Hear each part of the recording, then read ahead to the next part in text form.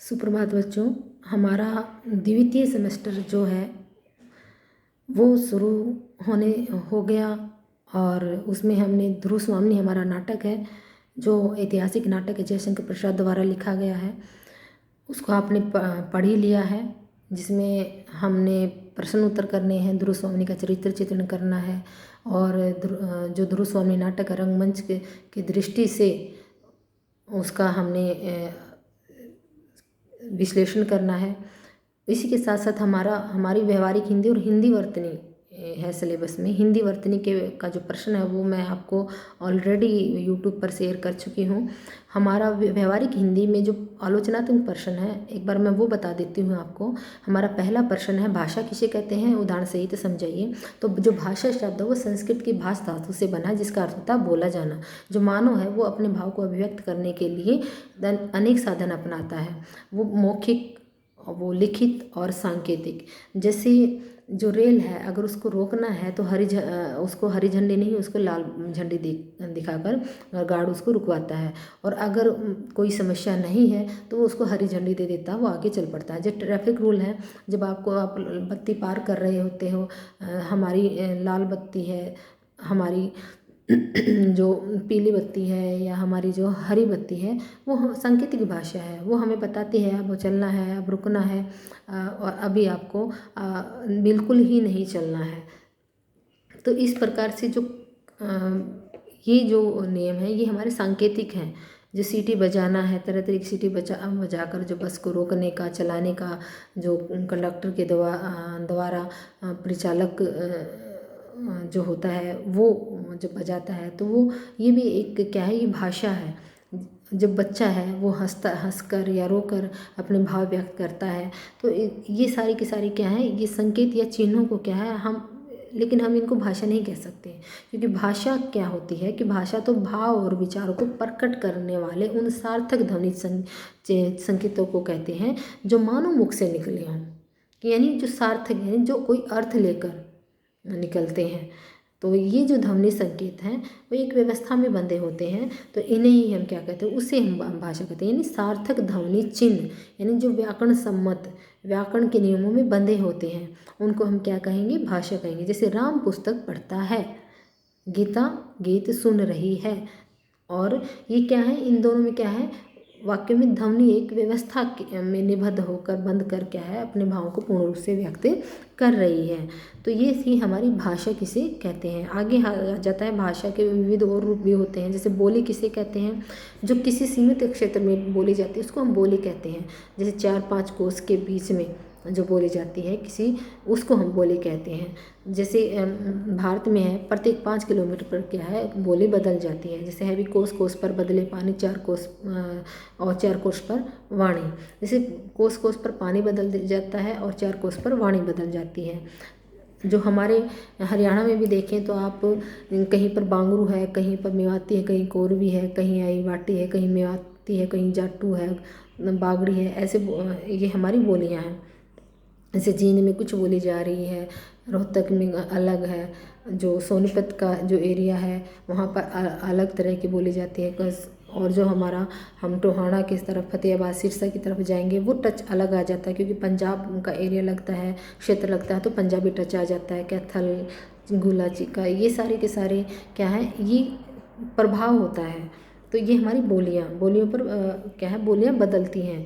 बोली का जो भाषा क्षेत्र का विशेष महत्व होता है। कैसे, क्योंकि बोली जो है मनुष्य की वो सहज भाषा होती है, वो जो अपने समाज में रहकर आसपास के समाज से जो वो सीखता है। और कोई भी व्यक्ति सच्चे अर्थ में देखे तो अपनी बोली से ही जुड़ा होता है। भाषा जो है वो अलग होता है, अलग बात होती है भाषा की, वो जिसमें साहित्य लिखा जाता है। बोली वो होती है जो हम अपने परिवार में रहकर अपने परिवार के साथ अपना संवाद स्थापित करते हैं। तो जो अपने बोली से जो जुड़ा होगा वो अपने भाव को बहुत सशक्त ढंग से वो अभिव्यक्त कर पाएगा।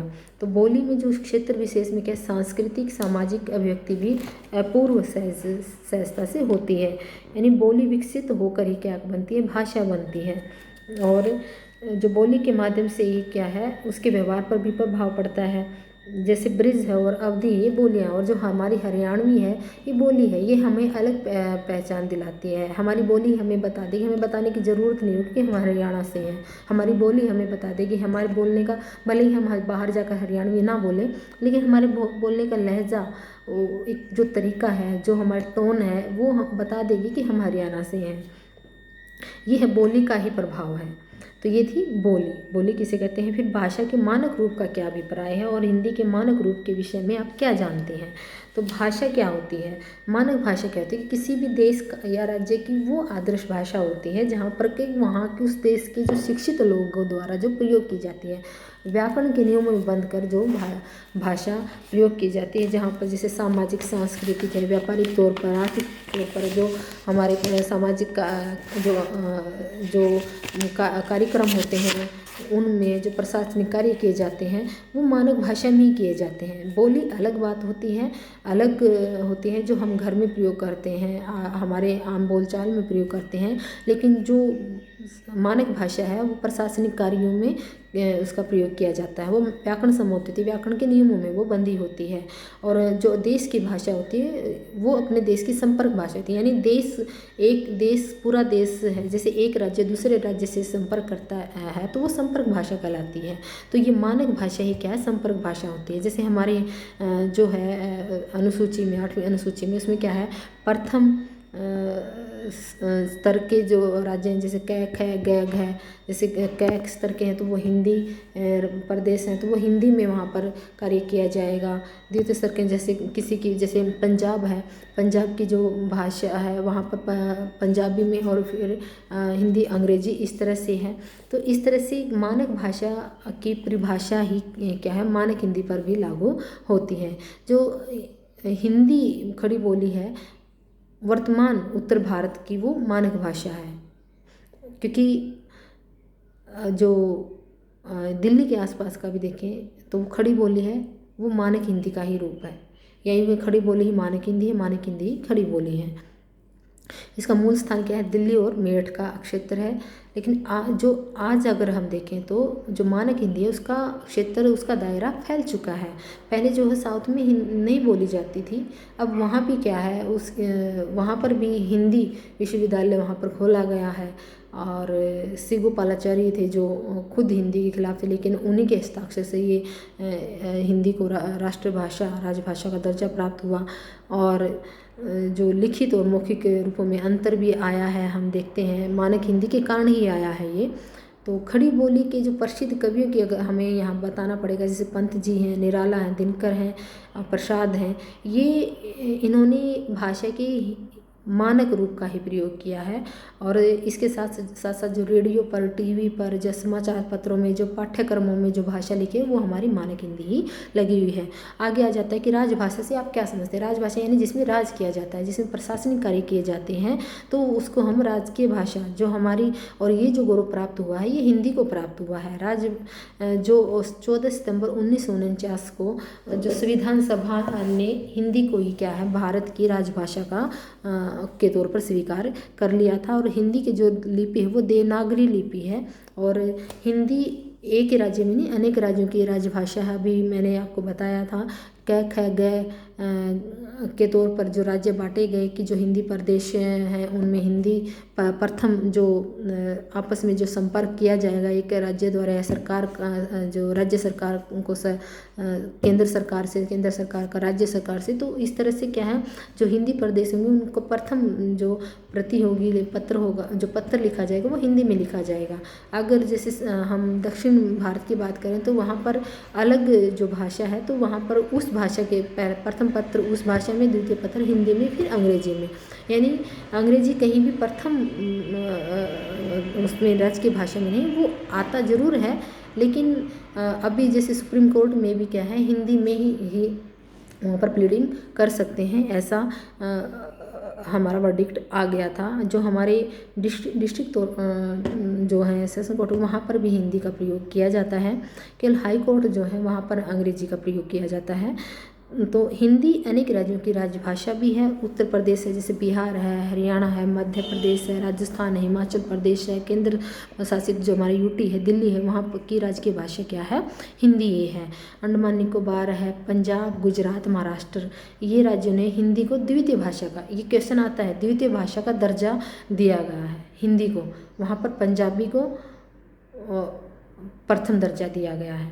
और आज अगर हम बात करते हैं पूरे भारत की, तो संपर्क भाषा के तौर पर हिंदी भाषा ही का ही प्रयोग किया जाता है। हिंदी ज्ञान, विज्ञान, शिक्षा, वाणिज्य, तकनीकी कार्यों का भी ये माध्यम बन चुकी है। तो राष्ट्रभाषा की बात, हमारा अगला प्रश्न है, राष्ट्रभाषा से क्या अभिप्राय है? कि वह भाषा जो राष्ट्र की अधिकांश जनसंख्या द्वारा प्रयोग की जाती है, जनता जिसको स्वीकार करती है, उसे ही हम क्या कहते हैं? राष्ट्रभाषा। ऐसा तो नहीं है कि भी 100% में से अगर 30% ही अगर हिंदी को प्रयोग करते तो हम राष्ट्रभाषा नहीं कह सकते थे। तो यहाँ पर हम ये कहते हैं कि जो हिंदी है देश में सबसे अधिक बोली जाती है, लिखी जाती है, इसलिए इसको राष्ट्रभाषा कहते हैं। जो राज्यों में भले ही राजभाषा का प्रयोग होता हो, पर राष्ट्रभाषा राष्ट्र की एक, देखो कोई भी राष्ट्र है, जब तक उसकी राष्ट्रभाषा नहीं होगी वो उन्नति नहीं कर सकता। इसीलिए जो भारत की जो राष्ट्रभाषा है, राजभाषा के तौर पर तो हिंदी को दर्जा मिला ही मिला, राष्ट्रभाषा के तौर पर ही भी भारत की राष्ट्रभाषा हिंदी ही है। और ये देश की एकता और अखंडता के लिए ज़रूरी भी है कि एक भाषा उसकी होनी चाहिए जो विश्व के मानचित्र पर, विश्व पटल पर उसका प्रतिनिधित्व करती हो। जैसे कहा जाता है, बार बार कहा जाता है कि भी पर दूसरे देश में जाकर, फॉरेन विदेश में जाकर प्रधानमंत्री ने हिंदी में ही संवाद किया, हिंदी में ही अपनी बात रखी।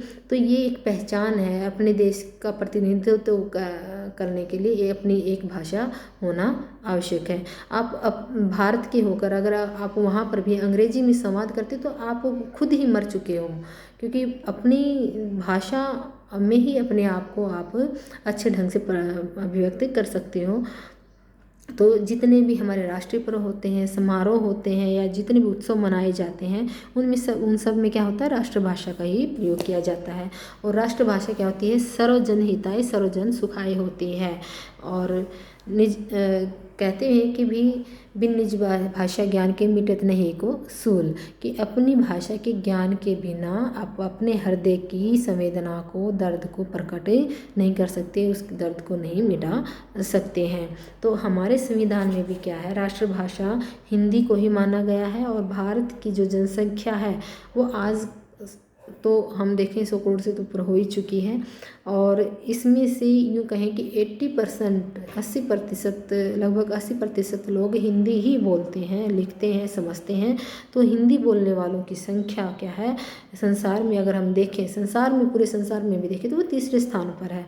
तो और इस प्रकार से जो भाषा क्या है विश्व में तीसरे नंबर पर बोली जाती है, वो भाषा क्या है हमारे देश में को क्या है एक सूत्र में बांधने का कार्य भी करती है। तो ये इसलिए राष्ट्रभाषा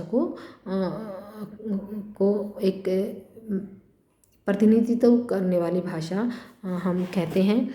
माध्यम भाषा की बात करते हैं कि संपर्क भाषा किसे कहते हैं? माध्यम भाषा कहते हैं वह भाषा जिसको आप व्यवहार में प्रयोग करते हैं, व्यवहार में ला जाता है, जो हम हर रोज़ के राजकाज में जिसका हम प्रयोग करते हैं, अपना राजकाज हम चला रहे हैं, और उसको हम क्या कहते हैं? माध्यम भाषा कहते हैं। तो पंजाब में जैसे माध्यम भाषा पंजाबी है, हरियाणा में जैसे हरियाणवी है, हिमाचल में हिमाचली है। तो और जो दिल्ली के आसपास है, दिल्ली में वहाँ खड़ी बोली है। शिक्षा के क्षेत्र में देखें तो अलग अलग माध्यम भाषा का प्रयोग किया जाता है। अंग्रेजी भाषा में भी है, पंजाबी भाषा में भी, हिंदी भाषा में भी, तमिल में भी करते हैं, उड़िया में भी करते हैं, बंगाली भी है। तो सबकी अलग अलग भाषा संपर्क भाषा होती है, माध्यम होता है। तो इस प्रकार से कुछ जैसे किसी को कोई जो विद्यार्थी है वो अंग्रेजी को अपना शिक्षा का माध्यम बनाता है, कोई हिंदी को बनाता है, तो वो माध्यम भाषा स्थान और परिस्थितियों के अनुकूल क्या है भाषा का चुनाव होता है। तो इस प्रकार से वही भाषा माध्यम भाषा कहलाएगी जिसके द्वारा हम अपना राजकाज कार्य दिनचर्या हमारी संपन्न होती है। तो आगे आ जाता है मातृभाषा किसे कहते हैं। मातृभाषा यानी जो हम माता से, अपने चाचा ताऊ समाज से जो सीखते हैं कि जो भाषा विचार विनिमय आचार जो भाव की अभिव्यक्ति का साधन होती है। बालक जिस परिवार में जन्म लेता है, जिस परिवेश में जन्म लेता है, वो उस समाज में रहकर, उस परिवार में रहकर जो कुछ सीखता है, जो बोलता है, जो बोलने योग्य होता है, तो वो जिस भाषा का प्रयोग करके जो ज्ञान प्राप्त करता है, जैसे अपने माता पिता से, भाई बहन से, परिवार के अन्य लोगों से, तो अन्य सदस्यों के संपर्क में आकर जो सीखता है उस भाषा को क्या कहते हैं, मातृभाषा कहते हैं। और मातृभाषा और व्यक्ति का गहन संबंध होता है। कैसे कि संसार में जितने भी व्यक्तियों के समूह हैं उनकी अपने, और जिस क्षेत्र विशेष में वो रहते हैं, हर समाज की, हर क्षेत्र की अपनी एक बोली होती है। अपनी जितने भी समाज होगा, जितने भी परिवार होंगी, उनकी उतनी ही मातृभाषाएं होती हैं। जैसे हरियाणवी तो है हमारी बोली, हमारी भाषा, लेकिन वैसे ही कोई कहीं पर कोरवी बोली जाती है, कहीं बागड़ी बोली जाती है, कहीं बांगरू बोली जाती है, कहीं मेवाती बोली जाती है, कहीं अहिरवाटी बोली जाती है। तो इस तरह से क्या है, हर समाज की अपनी मातृभाषा होती है। और मातृभाषा बोलने के लिए हमें परिश्रम नहीं करना पड़ता, बच्चे को हमें सिखाना नहीं पड़ता, वो देखकर ही, वो सुनकर ही धीरे धीरे वो बोलने लग जाता है। तो उसी व्यक्ति को अपने आसपास के वातावरण से जो भी कुछ सीखने को मिलता है, अपने भाव को स्वाभाविक ढंग से वो अभिव्यक्त करना सीखता है जिस भाषा में, उसको ही हम मातृभाषा कहते हैं। और आगे आता है मानक भाषा की प्रमुख प्रवृत्तियों का उल्लेख कीजिए। इम्पोर्टेंट क्वेश्चन है ये हमारा। वैसे सारे इम्पोर्टेंट हैं, ऐसा नहीं कि कोई इम्पोर्टेंट नहीं है। तो भाषा मनुष्य के विचारों को व्यक्त करने का साधन है, जिसमें जो भाषा हमने पढ़ी थी परिभाषा कि सार्थक ध्वनि समूह का सुगठित रूप है भाषा। और भाषा का यह ध्वनि समूह मनुष्य के उच्चारण अवयवों से उच्चरित होता है, यानी जिह्वा जिस स्थान को छुएगी वही उसका उच्चारण स्थान बन जाता है। और भाषा किसी न किसी समाज से संबंधित होती है। और भाषा का जो आवश्यक तत्व वो विचार विनिमय होता है, क्योंकि मुख्य साधन ही क्या है, मुख्य लक्ष्य क्या था, अपने विचारों को का आदान प्रदान करना। तो इसी से क्या है, जो भाषा में जो है एक व्यवस्था का, लेकिन क्या बात है कि भाषा में एक व्यवस्था का होना अत्यंत आवश्यक होता है। मानक भाषा की बात कर रहे हैं, क्योंकि बिना व्यवस्था के कोई भी भाव हम अभिव्यक्त नहीं कर सकते। एक व्यवस्था होनी चाहिए, एक प्रबंध होना चाहिए, एक सामंजस्य होना चाहिए। जैसे कर्ता क्रिया कर्म, जैसे अंग्रेजी में कुछ है, हिंदी में अलग है। तो जो हर भाषा में जो क्या है, हर शब्द का एक अलग अर्थ होता है। जैसे हम बंगाल में अगर दादा शब्द का प्रयोग करें देखें तो वहाँ पर बड़े भाई को दादा कहा जाता है। हमारे हरियाणा में देखें, पंजाब में देखें तो जो पिता का पिता होता है उसको हम दादाजी बोलते हैं। तो इस तरह से अलग अर्थ होता है हर भाषा में। हर शब्द का ज़रूरी नहीं कि हर भाषा में एक शब्द का एक ही अर्थ हो। तो जो भाषा होती है वो समाज की धरोहर होती है, समाज की संपत्ति होती है। जो सामाजिक व्यवहार होता है या भाषा का जो मुख्य उद्देश्य होता है वो माना जाता है सामाजिक व्यवहार। तो भाषा आदि से लेकर अंत तक क्या है, समाज से जुड़ी होती है, क्योंकि समाज बिना भाषा के नहीं चल सकता और बिना समाज के भाषा नहीं चल सकती है। तो भाषा का अर्जन भी समाज में ही होता है और उसका समाज की भाषा वो बच्चा बोलेगा जिस समाज में होगा, क्योंकि जो भाषा सीखता क्या है, उस समाज से सीखता है और उस समाज के लिए सीखता है और समाज से संपर्क बनाने के लिए वो सीखता है। तो जो भाषा है वो पैतृक संपत्ति नहीं होती है। वो हम अपने प्रयास से क्या है, भाषा जी मर्जी है वो भाषा हम सीख सकते हैं। जो भाषा है, जो बच्चा है वो अपने बौद्धिक जो विकास है उसका जैसे जैसे होता है तो वो एक समय में क्या कर सकते हैं। कहते हैं कि जो छोटा बच्चा होता है एक साथ में 3 से 4 भाषाएं सीख सकता है, जबकि हम बड़े होकर क्या है कितनी भी कोशिश कर लें हम दूसरी भाषा बहुत ही कम सीख पाएंगे। इसलिए जो छोटा बच्चा है, अगर आप छोटे बच्चे को जिस भी समाज में छोड़ोगे तो वो उस समाज की भाषा बोलेंगे। जैसे अगर एक भारत में कोई बच्चा पैदा हुआ हो, पैदा होते हुए हम उसको फॉरेन में छोड़ दें तो वो जितने उससे इन्फ्लुएंस से वो अंग्रेजी भाषा बोलेगा या जिस भी देश में उसको छोड़ा जाएगा उस देश की भाषा वो वैसे ही सीख जाएगा। लेकिन वो यहाँ की हिंदी भाषा, वो यहाँ की मातृभाषा वो वैसे नहीं सीख पाएगा उसको, क्योंकि वहाँ पर जाकर वो वहाँ की भाषा सीखेगा, उस पर उस समाज का प्रभाव होगा। तो इस प्रकार से जो बच्चा है उस जिस समाज में रहेगा उस समाज की और भाषा सीखेगा। और बचपन में छोटे जब वो शिशु होगा तो वो 3-4 भाषाएं सीख सकता है। और इसलिए जो कहते हैं कि जो मानक भाषा है वो अनुकरणीय भाषा होती है, उसका अनुकरण करना होता है। भाषा क्या होती है, इस सामाजिक स्तर पर आधारित होती है, मानव की शैक्षिक, आर्थिक, व्यावसायिक और उसकी सामाजिक विशेषताओं पर आधारित होती है कि किस तरह का उसका जीवन किस तरह का है, कि अगर उसका आर्थिक स्तर कैसा है, उसका शैक्षणिक स्तर कैसा है, उसका सामाजिक स्तर कैसा है, तो उस स्तर के अनुसार ही उसकी भाषा का विकास होता है। और मानक भाषा के जो प्रत्येक क्षेत्र की अपनी शब्दावली भी होती है जिस पर वह भाषा फलती फूलती है। और भाषा का अंतिम उद्देश्य होता है, क्या होता है कि उस उद्देश्य होता है विचार भाव को अभिव्यक्ति देना, सहज सरल और स्पष्ट रूप से अभिव्यक्ति करना। ये तो थी हमारी व्यवहारिक हिंदी, ये हमारी 8 प्रश्न है इसके, ये आप कर लीजिएगा। हिंदी वर्तनिका मैं आपको पहले ही भेज चुकी हूँ। आगे जो हिंदी वर्णमाला है वो मैं अपने नेक्स्ट लेक्चर में आपको दूँगी।